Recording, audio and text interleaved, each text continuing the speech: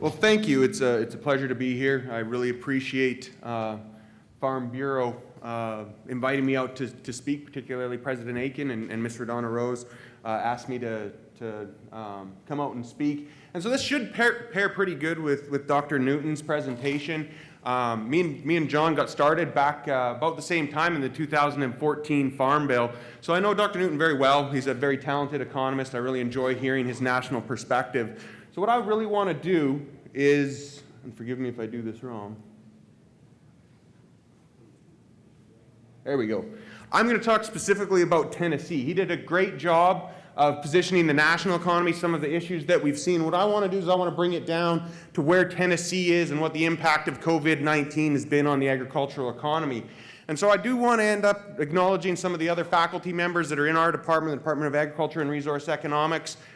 They contributed a tremendous amount of work to this presentation. We have a series of short papers on each one of these individual topics. They're geared towards non-academic audiences, so they're only 2 to 5 pages. So if you do want to investigate any of these topics a little bit more, I encourage you to reach out to the corresponding authors and gain some more information. So first I want to kind of set the stage. Dr. Newton mentioned that we did have a lot of optimism in 2020.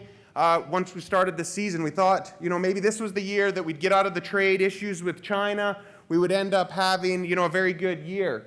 But unfortunately, that wasn't the case. But in order to kind of look at what that impact was, we do need to kind of set the stage. And when we look at where we were in 2018, this is kind of just before we started seeing the trade impact and then obviously the 2020 COVID-19. We are starting at a very depressed standpoint in terms of the agriculture economy.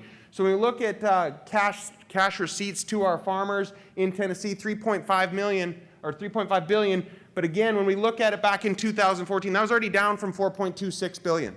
So again, we're at a very depressed level relative to where we were when we first started with some of the issues we've seen in terms of trade and COVID-19. You can see our top commodities there: soybeans, cattle, broilers, corn, cotton, the contribution in terms of farm level receipts. Obviously, when we talk about the agricultural economy, it's not just production agriculture. Tennessee is blessed with a very vibrant and strong food, fiber, and forestry manufacturing sector. So I'm not going to go through each individual sector of the economy, but I do want to highlight the importance of this sector where we're looking at about 78,000 employees. We're looking at $3.7 billion in payroll. We're looking at just under 1,700 establishments and $39 billion in value of shipments. So again, a tremendous contribution to the state of Tennessee is made by this sector. The other thing I do want to just kind of quickly show is there is a bit of an urban and rural difference in how we might end up seeing some of our economic indicators. When we look at unemployment rate, medium household income, poverty rates, and I will talk a little bit at the end of this presentation about food insecurity and how that has been affected by COVID-19, because it is important to kind of look at how different aspects of the Tennessee population and the counties are affected differently potentially because of a different starting point. So the crux of my presentation here is going to be how has COVID-19 impacted the Tennessee agriculture economy. And similar to the national economy, it's been affected in pretty much every sector across any supply chain that you can end up thinking of. So again, I'm going to go through a bunch of different data that we have. It's going to be a lot of different topics, so I do encourage you to reach out and go through. This presentation will be made available, plus the links to each individual paper that is out there. So the first one I want to talk about is employment, or unemployment rate. And we can see the Tennessee estimated monthly unemployment rate versus the U.S. national average rate here. Before COVID-19, January, February, March, we were bouncing around right around that 3.3, 3.4. We were at a very strong place. And then we had COVID hit, and we had a tremendous amount of shutdowns, and we've seen a spike in unemployment rates up to 15.5%. It started to work its way down, which is positive, but it's still nowhere close to where we would like to end up seeing it in terms of a state unemployment rate. And just to kind of drive that home, this is the unemployment initial claims and then continued claims. And so this really highlights kind of, the hurt that COVID has put on our labor markets. And so when we look at initial claims, that's the dotted blue line there, we peaked out at 112,000 in 1 week. Before that, we were running right around 2,000 a week. We actually had only about 18,000 people that were on unemployment. That spiked up to a peak of 343,000 people that were in Tennessee that were obtaining benefits. That has started to end up coming down. There is some question with the $600 per week federal bump expiring. What's going to replace that? There is obviously the executive order that is $400 per week, but I do think that we do need to be cautious with how those policies are crafted. One thing that is challenging, and again, it's weighing those two very important factors. Do we want to end up making sure that we're helping people? Absolutely. But we don't want to provide disincentive to go back into the labor force. And sometimes when you look at that $600 a week, if you had that plus the Tennessee, which is roughly around $200, $800 a week, can end up being higher than what some of these positions were making. So again, making that balance, I'm not going to speak as to what that optimal level is, but I think it is important to consider what the effects of some of the policies that we end up having are on not just the individuals, but again, that incentive. PPP was a big program for the federal government to help keep people working, keep people employed. And so what I did is I just pulled the Tennessee data. We ended up having 93,287 approved loans, specifically to ag, just under 1,600 ag loans for about $65.68 million. And then we had about 6,200 jobs retained. You can look by the sector breakdown. The way to read this chart is if you look at grain crops, about $10 million in total payroll or PPP loans, and that ended up retaining about 1,035 jobs. So again, you can look at it sector by sector to end up seeing, how different sectors benefited from this program. And so through this presentation, you'll see kind of the initial impact, you'll see the response, and then you will also see some of the outcomes that we are estimating. There will be additional PPP data that came out. That only went to the end of June. We will see some more data because that program was extended, and we'll be sure to update those as that comes through. Switch it over to exports a little bit. Dr. Newton ended up talking about the national perspective. I pulled some Tennessee data with Dr. Andrew Muhammad. If you haven't had the pleasure of meeting Andrew Muhammad in trade, he's a fabulous resource. He used to work for the USDA, so he has some fantastic connections.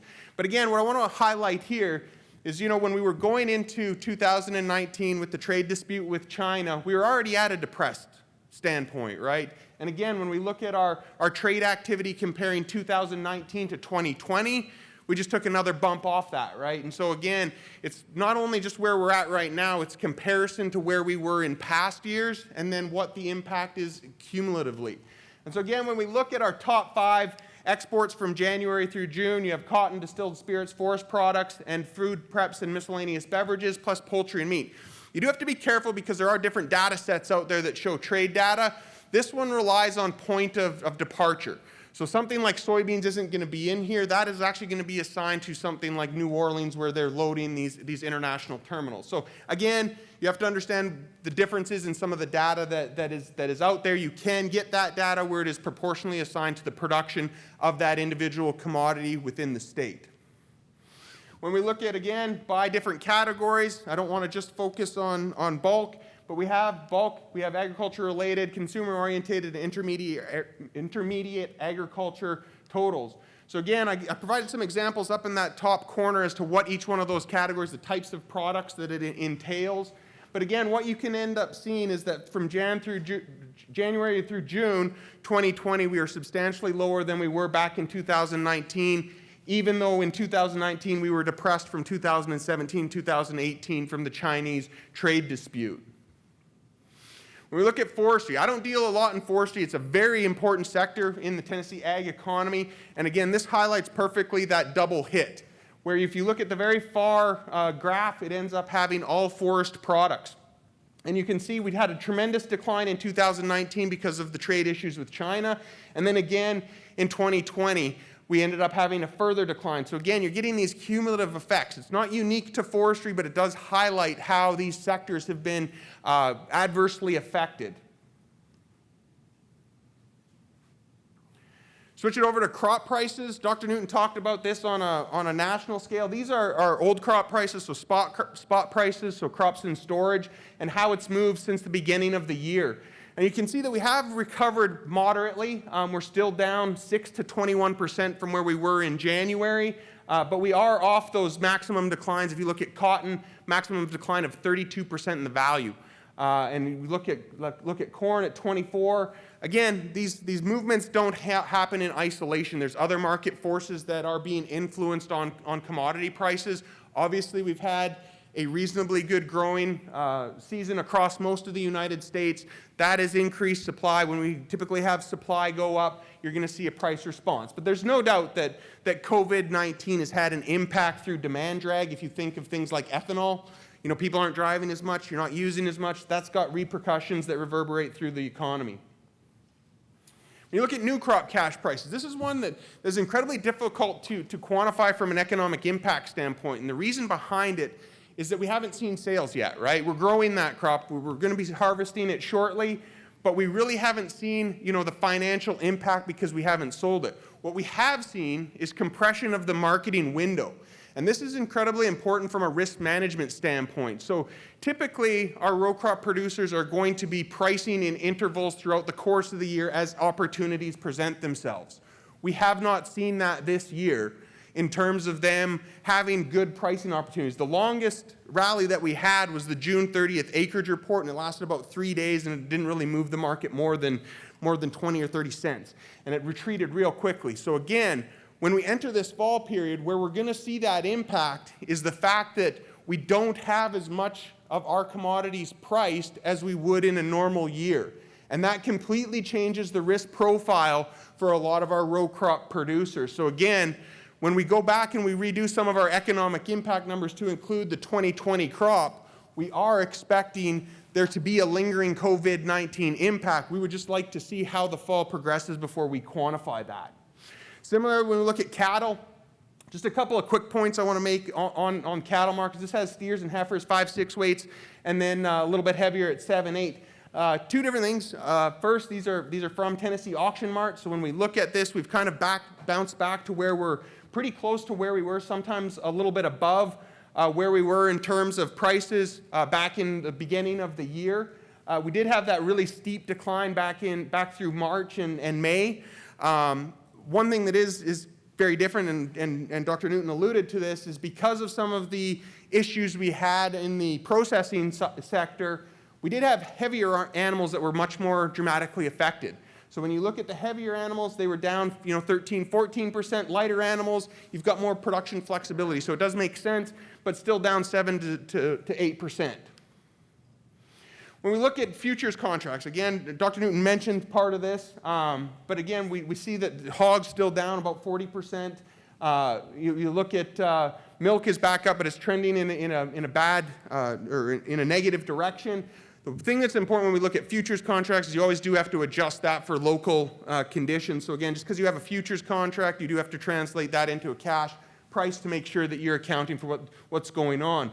But again, similar to row crops, this affects how producers end up managing their risk. We have a substantial number of producers across sectors that end up using futures contracts as risk management tools. And when you don't have pricing alternatives like this, the impact isn't always just immediate. It reverberates over time. And so there's a huge amount of uncertainty as to what this will do in terms of risk profile, not just right now, but as we continue through 2019 and 2020. Director Mayfield mentioned the CFAP program. I will give him and his team a tremendous amount of kudos. If you think about the amount of time they had to roll that program out, their task was incredibly difficult, and I think they've come through in flying colors. So I will give him a ton of credit for being able to put together some of these materials and get it out to producers. So what we had right now is about $93 million that's been out the door, about 16,000. I think Director Mayfield had some updated numbers. These were from Monday, so I'm sure he's got more current numbers than me. But you can end up seeing that the livestock sector was the largest beneficiary, $61.6 million. Row crops, $25.18. Again, that's going to be mostly corn, cotton, and soybeans. And then dairy at $6.2. What I really want to focus on is that sign-up level, because this is really important when I get to kind of the end of this presentation, talk about economic impact and how money circulates through rural economies. So when we look at non-specialty crops, again, that's your corn, cotton, and soybeans, about 62.5%. It's an estimate. Applications and estimated number of farms, according to the census, don't match up 100% one for one. But again, we're sitting pretty good on the non-specialty crop sign-up, because you have to remember, to be eligible for that, they had to have crops in storage as of January 15th that were unpriced. So anybody that didn't have storage were automatically excluded from that number, right? So you have to take that right off the top. We don't have estimates of that. Specialty crops, to me, is more of a timing issue. There's an issue with the dates, and John mentioned this, in that it wasn't a time period where we were actively selling a lot of our specialty crops. So there wasn't a lot of farms that were eligible for that. Dairy, we've had pretty good coverage. I hope we get that as close to 100% as possible, because that industry has been adversely impacted for several years now, and there is some really good benefits in that CFAP program for dairies. Livestock's a little bit more tricky, particularly cow-calf, because there's a substantial number of those farm operations that maybe don't use FSA as regularly as our row crop and our dairy producers.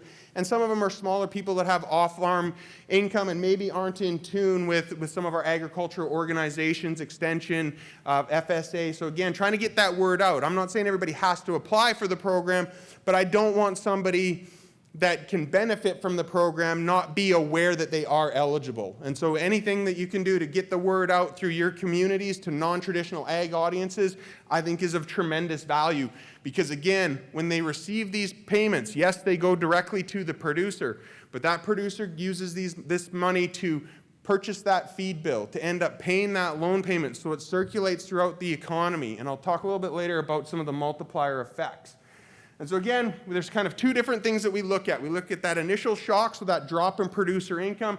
This is for the crop that's in storage, an estimate of what the income would be for producers without the CFAP programs, a $58.8 million decline for corn, 21 for soybeans, and 20 for cotton, 1.2. Again, those numbers are a little tricky to get your head wrapped around, so we broke it down into payments per harvested acre, 64, 15, 50, and 5. And so that's what we'd be looking at in terms of economic loss, or lost in producer income, if we didn't end up having CFAP. With CFAP, we substantially reduce that loss. Now again, there's some assumptions embedded in here in terms of how many producers sign up. So again, I would look at it as probably the likely economic impact is somewhere between those numbers. And so again, when we're looking at this, yes, this program has helped, but it's by no means made producers whole. When we actually run that through our multiplier effect, so that producer income, we reduce the circulation of money through the rural economy. What we run into is an economic loss for the state of Tennessee of $189 million in economic activity without CFAP, and 81.4. And again, this is just those four crops and the inventory, and the one that's priced in, or from the January 2015 to the end of the marketing year. So again, this doesn't even include 2020 crop impacts. Switch it up to cattle and see what the impact is. Not only did the prices decline, as I showed in that previous slide, but when you break it down into less than 6 weights and greater than 6 weights, what we've seen is a pullback in the number of cattle that were being marketed, highlighted by those red arrows as it shows March and April. Again, a tremendous reduction in the volume that's going through these markets. And again, heavier animals were much more affected than lighter animals. So when you look at the economic impact in cattle, what we're looking at is a loss of estimated income between $15 million and $55.98 million. And that only accounts for a decline in feeder cattle prices, decline in feeder cattle sold, and the increased cost of holding over those animals, and then reduced expected prices. It's a huge range because there's so much uncertainty embedded in there. In terms of CFAP payments, this is where it gets a little tricky to interpret the results, because right now we're projecting that CFAP payments to our cattle producers are going to be somewhere between $65.3 and $84.5 million, depending on how we finish up sign up and how people are potentially capped in terms of payment restrictions. And so again, when we look at it, embedded in the cattle numbers is that $33 per head for breeding stock. And the problem that we run into when we run economic models quantifying the impact is that there's not an offset because there hasn't been a financial transaction. That animal hasn't been sold, so there's no loss realized. And that's why that bottom number is kind of skewed, right?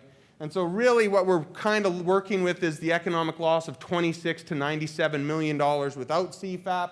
And then again, depending on how CFAP ends up playing out, at least a short-term benefit from that program relative to where we would have been. The long-term implications aren't in here, and it does have to be taken with a grain of salt.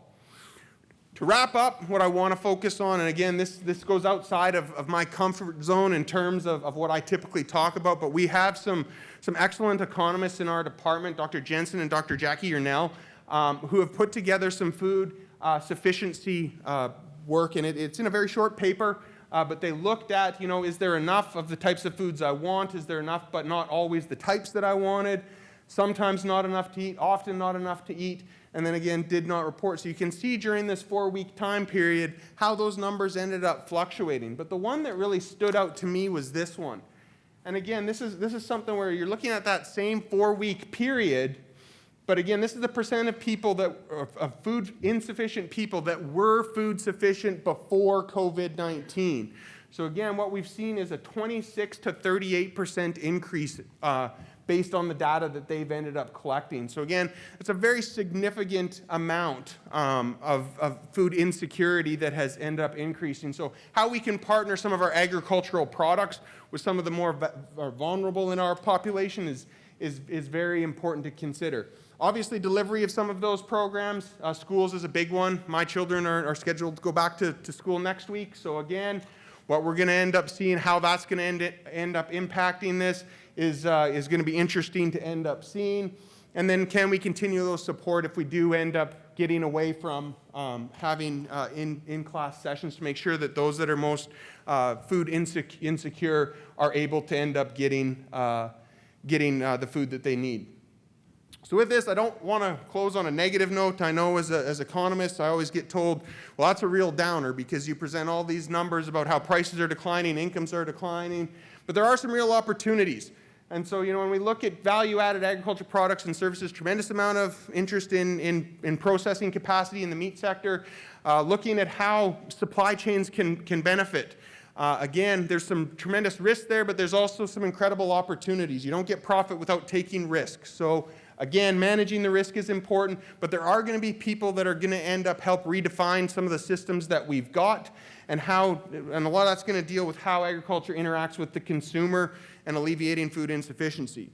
The last point that I'm going to make, and this is more just a thought experiment because I don't necessarily think dramatically changing farm policy during a crisis is a wise undertaking, but I do think that we do need to, as an agriculture community, identify the goals of what our farm safety net should look like and end up looking at how we want to accomplish that. Because one thing that is abundantly clear is based on the need for ad hoc payments, our farm safety net through the Farm Bill is maybe not as efficient as it could end up being.